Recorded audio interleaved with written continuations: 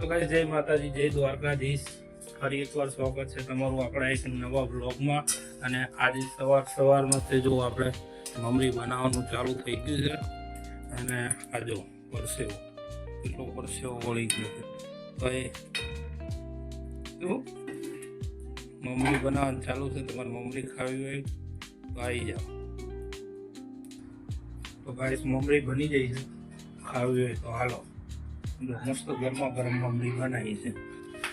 અને જો બહારનું વાતાવરણ જો એકદમ મસ્ત વાદળછાયું વાતાવરણ થઈ ગયું છે.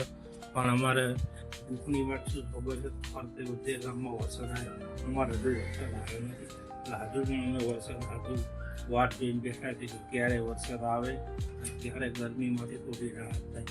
જો હવામાન એવું થઈ ગયું છે કે વરસાદ આવે એવું લાગે છે, પણ હજુ વરસાદ એક દિવસ વરસાદ અમારા અમદાવાદમાં આવ્યો નથી. બાકી ફરતે બધી બાજુ વરસાદ થયો. એટલે આજનું હવામાન જોઈને એવું લાગે છે કે આજનું વરસાદ થઈ જાય. કંઈ વાંધો નહીં, આજની તો કાલે વહેલો આવશે તો ફરતે.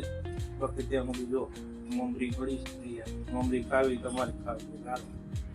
તો ભાઈ જો હમણાં મેં તમને કેવું મસ્ત વાતાવરણ બતાવ્યું કે વાદળવાળું વાતાવરણ છે ને વરસાદ આવે તો સંભાવના લાગે.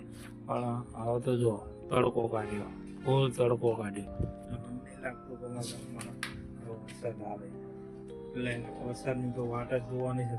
વરસાદ આવે ત્યાં બીજું જમવાનું બનાવી ખાઈ લઈ શકીએ.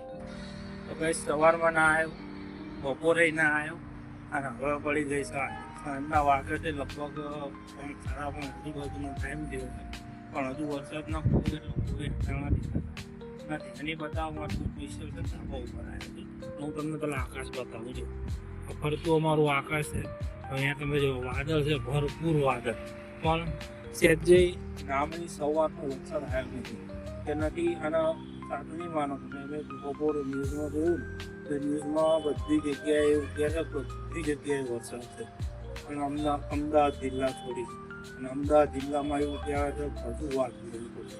મિત્રો એટલી અમારે વાત જોવાની, બધે વરસાદ થઈ ગયો, અમારે હજુ વરસાદ નહીં.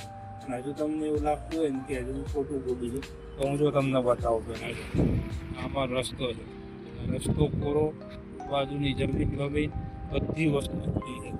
એક વાતથી ક્યાંય વરસાદનો મેળા જ આવતો આમાં કરવાનું વરસાદમાં. મને એવું નહીં લાગતું કે આનો કે અમારે વરસાદમાં મેળ આવે ના શું કે આવશે એ થોડો ટાઈમ લાગશે.